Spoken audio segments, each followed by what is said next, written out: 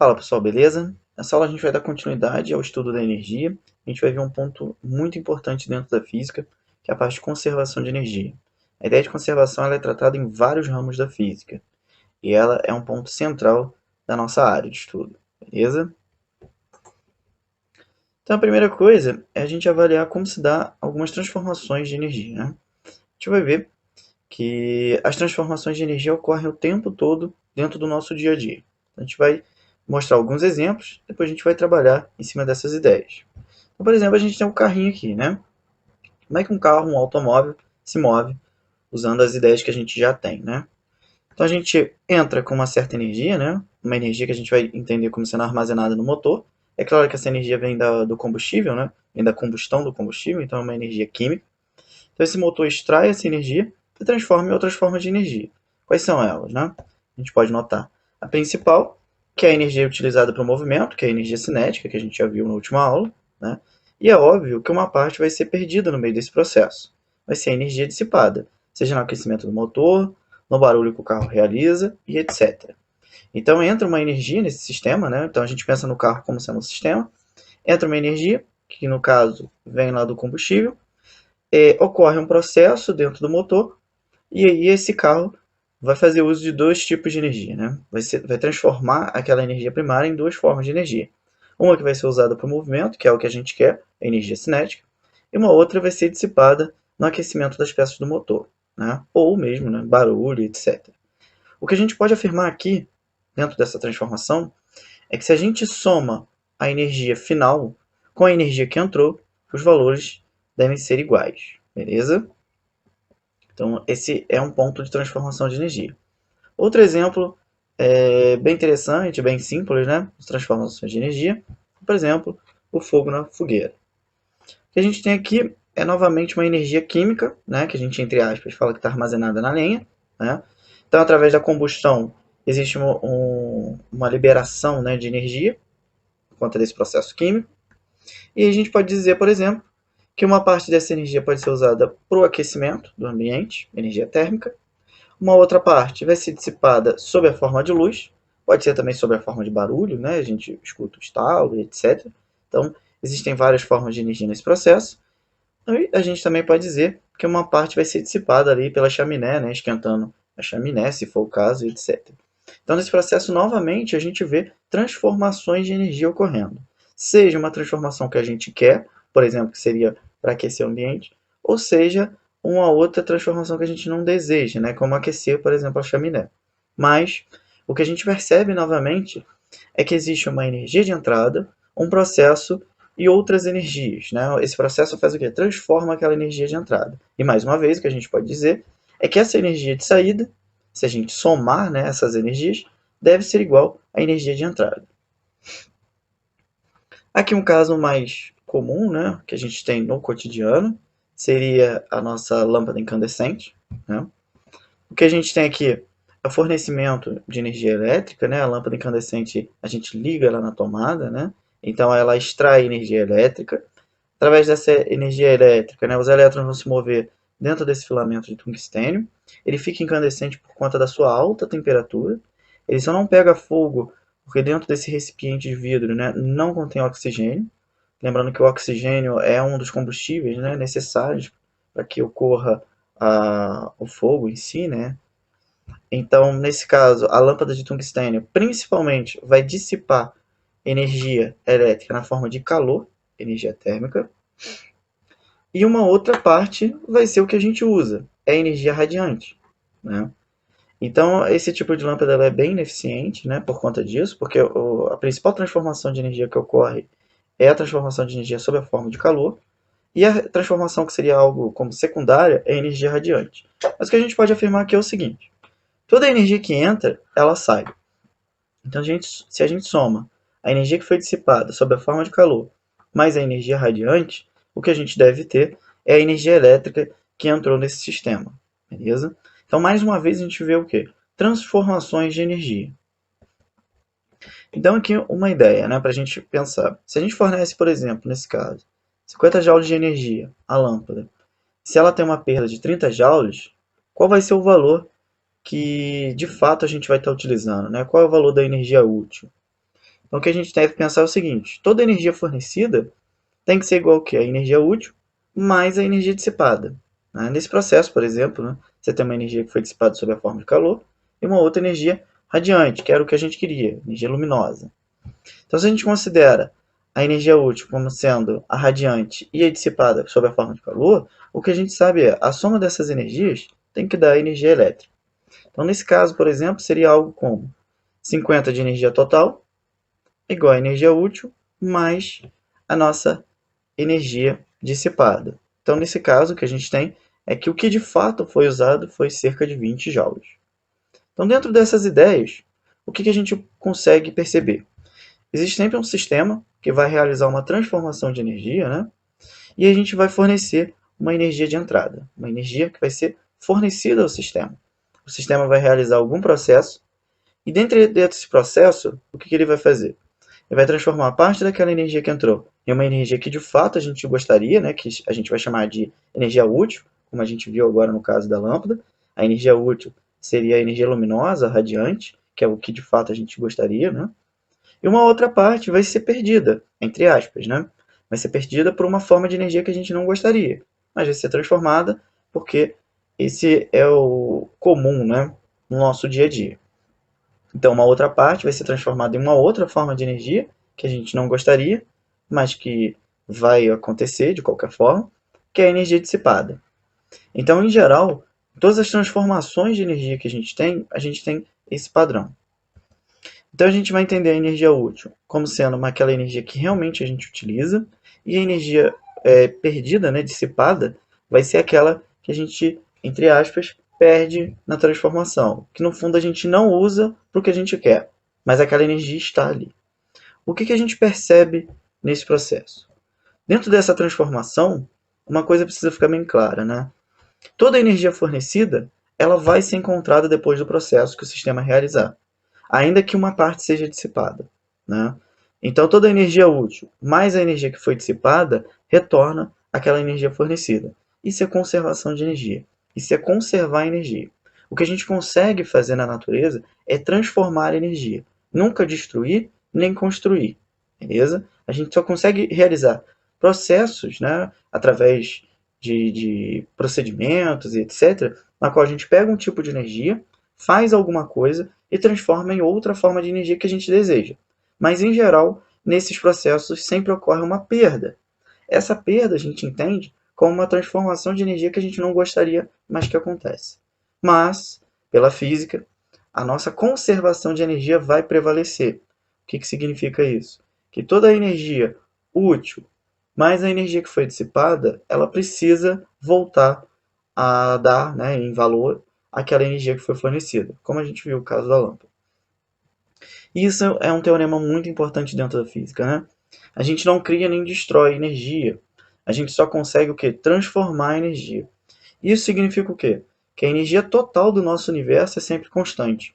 A gente não cria não aumenta esse valor, né, digamos assim, de energia, nem diminui. A gente só consegue realizar processos, procedimentos em que você altera, transforma essa energia, mas nunca que a gente constrói ou destrói energia, beleza? Então, isso de maneira geral, dentro das ideias de energia que a gente tem dentro da física. Então, agora, pensando do que a gente tem visto, né, na parte de energia mecânica, o que a gente pode afirmar, tomando como ideia e base a ideia de transformação de energia e conservação de energia? A gente pode pensar na conservação da energia mecânica. Dentro de um sistema, né, quando a gente pode desprezar as forças dissipativas, o que eu quero dizer com força dissipativa? Né? O atrito, né, o atrito com superfícies, a resistência do ar, ou seja, aquelas forças que tendem, entre aspas, né, a pegar a energia e dissipar em uma outra forma de energia que geralmente é térmica. Né? Quando a gente despreza esse tipo de força, a gente pode dizer o seguinte: dentro da transformação de energia que vai acontecer no nosso processo, pensando dentro da energia mecânica, que seria o quê? Cinética mais potencial, na ausência de força dissipativa, essa energia mecânica ela vai sempre se conservar. Ou seja, toda energia cinética vai ser convertida em potencial e vice-versa. E não vai ter perdas para outros processos, outras formas de energia. Beleza? Isso considerando, né, que a gente não está tendo forças dissipativas. Então, a gente pode enunciar a conservação da energia mecânica da seguinte forma. Na ausência de forças dissipativas, atrito, resistência do ar, etc., a energia mecânica do sistema se conserva. Dizer que a energia mecânica do sistema se conserva significa dizer que as trocas de energia, as transformações de energia que vão acontecer dentro daquele sistema, vai acontecer, né, apenas entre cinética e potencial, seja esse potencial gravitacional ou elástico. Tá? Então, matematicamente falando, o que a gente pode pensar é que toda a energia mecânica inicial que a gente tinha dentro do nosso problema, da nossa situação, vai se conservar e vai existir no final do processo. Ainda que ao longo do percurso do problema ou da situação, exista transformações de energia. Mas essas transformações vão ocorrer de forma que a energia mecânica, que é a potencial mais a cinética, vai dar sempre o mesmo valor. Isso é conservar energia mecânica. Lembrando, isso é válido sempre que a gente está considerando forças dissipativas ausentes, tá bom? Então aqui, por exemplo, você tem o rapaz no skate, né? Então ele parte do repouso, né? Aí a gente vai considerar essa situação em que não há atrito, por exemplo. Então a gente pode afirmar de certeza que toda a energia potencial que ele tinha aqui vai ser transformada em energia cinética e no final a energia mecânica que ele tinha aqui, que seria potencial, vai ser igual à energia cinética, por exemplo, que é a energia mecânica lá embaixo. E assim vai. Ou seja, todas as transformações de energia que vão ocorrer ao longo desse movimento vai acontecer apenas entre energia mecânica, que seria o quê? Potencial gravitacional e cinética. O tempo todo essa transformação vai acontecer. E por conservação de energia, a gente pode afirmar que a energia mecânica vai se manter sempre constante. O que vai acontecer é apenas uma transformação entre cinética e potencial gravitacional. Beleza? Então, esse aqui, por exemplo, com energia potencial gravitacional. Mas no caso da energia potencial elástica, a ideia é a mesma. Então, aqui, por exemplo, né, nos extremos a gente tem energia potencial elástica máxima. Nesse meio aqui, onde a mola estaria no seu ponto de repouso, né, a energia cinética, que é massa. Então, ao longo desse processo, quais são as transformações de energia que ocorrem? Cinética em potencial e potencial em cinética. Lembrando, a energia mecânica é a soma da potencial elástica, nesse caso, mais a cinética. Como a gente está desprezando as forças dissipativas, toda a energia mecânica inicial, né, vai ser igual à energia mecânica final, dentro do seu processo. Isso significa dizer que toda a energia potencial elástica mais a energia cinética em um ponto tem que ser igual à energia potencial elástica em outro ponto, mais a cinética em outro ponto. Beleza? No final, de maneira bem simples, o que a gente pode entender é as transformações de energia vão ocorrer apenas entre cinética e potencial. Tá bom? E essa energia não vai ser perdida, digamos assim, no momento em que a gente desconsidera as forças dissipativas. Bem? Então, esse é um enunciado muito importante, é um teorema muito importante dentro da física. Vai aparecer em outros momentos também, né, dentro de outros ramos da física. Ele ajuda a gente a entender várias situações mais complexas com um pensamento bem simples, que é de conservar a energia. Beleza? Então, um exemplo para ilustrar a ideia da conservação da energia mecânica. Então, vamos ao exemplo. Um trenó com esquimó começa a descer por uma rampa de gelo, partindo do repouso no ponto C. Aí tem um pontinho C aqui em cima. A altura de 20 metros. Depois de passar pelo ponto A, atinge uma barreira de proteção em B, conforme a figura abaixo. Então o movimento do cara é, ele parte de C do repouso, desce, passa por A e para no B. Aí o conjunto trenó-esquimó possui massa total de 90 kg. O trecho AB encontra-se na horizontal. Despreze as dimensões do conjunto, o atrito e a resistência do ar durante o movimento. Quando ele fala desprezar o atrito e a resistência do ar, então a gente já está desprezando as forças dissipativas, né, que poderiam existir dentro desse sistema. Então a gente já pode afirmar, ó, a energia mecânica aí vai se conservar. Então toda a energia potencial gravitacional que ele tem no ponto vai apenas poder se transformar em energia cinética e vice-versa. Tá? Então determine a energia cinética e a velocidade no ponto A. Então a gente está considerando que ele parte do ponto C, né, do repouso. Então ele vai descer. E aí a gente quer saber qual é a energia cinética aqui e a sua velocidade. Então o que a gente vai usar para trabalhar, né, em cima desse problema? A gente vai usar a conservação de energia mecânica. Então o que a gente pode afirmar? toda a energia que existe aqui no início, né, no ponto C, deve continuar existindo no ponto A. Por conservação, como não há força dissipativa, toda a energia mecânica que ele tinha aqui vai continuar existindo no ponto A, ainda que ocorra transformações no meio do caminho, né? Então, quais são as energias que ele tem aqui, né? Quais são as possíveis energias? Ele pode ter energia cinética no ponto C, mais energia potencial gravitacional no ponto C. Beleza? E lá embaixo, o que ele pode ter de energia mecânica? Energia cinética no ponto A, mais energia potencial gravitacional no ponto A. Então, essas são as nossas possibilidades de energia. Aí agora a gente avalia o problema e tenta simplificar essas ideias. Então, aqui está a nossa equação. Ó. Energia mecânica inicial, que corresponde ao ponto C, e energia mecânica final, que corresponde ao ponto A. Cinética mais potencial no ponto C, cinética mais potencial no ponto A. O que ele fala que acontece no ponto C? O cara parte do repouso. Se ele parte do repouso, a velocidade dele aqui é zero. Então, se a velocidade dele é nula, qual energia vai ser nula também? A energia cinética. Né? Lembra que a energia cinética está associada ao movimento. Então, o que caracteriza o movimento é a velocidade. Sem velocidade não há movimento, então não há energia cinética. Então, a gente pode afirmar que a energia cinética no ponto C é zero. E no ponto A? O que a gente pode simplificar aqui? Se a gente toma como referência, né, a energia potencial gravitacional como sendo zero no ponto A, e aí a gente considera a altura máxima de 20 metros, então o que a gente vai fazer? A energia potencial gravitacional máxima ocorre no ponto C. E no ponto a energia potencial gravitacional vai ser zero. Então a energia potencial no ponto A é zero. Então a gente pode fazer essas simplificações. Ele parte do repouso, então a energia cinética no C é zero. E lá embaixo, nossa altura de referência vai ser zero, então a energia potencial gravitacional é zero. Então o que a gente obtém aqui por conservação de energia? Que toda a energia potencial do ponto C tem que ser igual à energia cinética no ponto A. Aí a gente já responde uma parte da nossa pergunta. Né? Então aqui, ó, toda a energia potencial no ponto C é igual à energia cinética no ponto A. Como que a gente calcula então a energia potencial? mgh, né? Massa do sistema, que no caso aqui é massa do esquimão mais o trenó, 90 kg, vezes g, aceleração da gravidade, 10, vezes a altura de referência, que é 20. Aqui é a nossa energia potencial gravitacional, que vai corresponder em valor igual à energia cinética lá embaixo no ponto A. Então aqui a gente obtém que a energia potencial gravitacional no ponto C vale 18.000 joules. Então, por conservação de energia, quanto de energia a gente precisa encontrar lá no ponto A?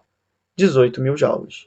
Então, como lá embaixo a energia mecânica é simplesmente cinética, o valor que a gente precisa encontrar da energia cinética corresponde a 18.000 joules. Então, a gente responde uma parte do problema. E agora, qual é a velocidade que ele chega no ponto A? Então, a gente parte agora desse resultado. Como que a gente calcula energia cinética? mv² sobre 2. Né? Massa vezes velocidade ao quadrado dividido por 2. Eu sei que a energia cinética no ponto A vale 18.000 joules. A massa do nosso carinha vale 90, né, quilos. E eu quero descobrir a velocidade. Então vai ser 18.000 igual a 90 dividido por 2 vezes v ao quadrado. Então aqui simplifica 90 por 2, 45, né? 45 está multiplicando, passa dividindo. 18.000 dividido por 45 dá 400. Então, v² igual a 400. Então, tira a raiz quadrada de 400. Né? V igual a raiz quadrada de 400, que vai dar 20 metros por segundo. Então, a velocidade com que o nosso trenó chega no ponto A é de 20 metros por segundo, com uma energia cinética de 18.000 joules. Beleza?